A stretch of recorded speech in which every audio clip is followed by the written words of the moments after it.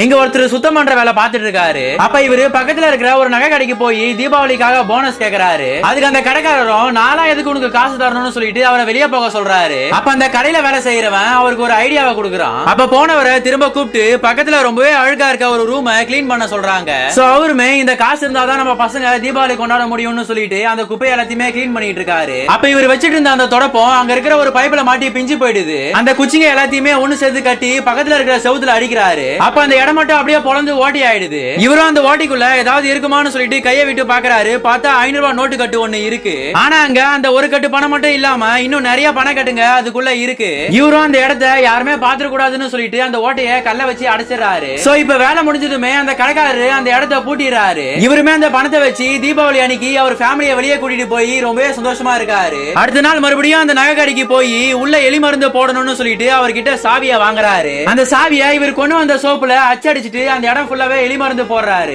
இப்ப அந்த சாவி மாதிரியே டூப்ளிகேட் சாவி ரெடி பண்ணிட்டு அன்னைக்கு நைட்டே அந்த இடத்துக்கு வராரு. வந்து அவர் வச்சிருக்க அந்த சாவி வச்சு அந்த பூட்டை திறந்து அங்க இருக்கிற கொஞ்சம் பணத்தை எடுத்துக்கிறாரு. அந்த பணத்தை அவர் வீட்டுக்கு எடுத்துட்டு போயிட்டு அவர் வைஃப் கிட்ட காமிக்கிறாரு. அவங்க வைஃபுமே இவ்வளவு பணமானு சொல்லிட்டு ரொம்பவே ஆச்சரியமா பாக்குறாங்க. இந்த மாதிரி உங்களுக்குமே பணம் கிடைச்சா நீங்க என்ன பண்ணுவீங்கன்னு சொல்லிட்டு மறக்காம கமெண்ட் பாக்ஸ்ல கமெண்ட் பண்ணிட்டு போங்க.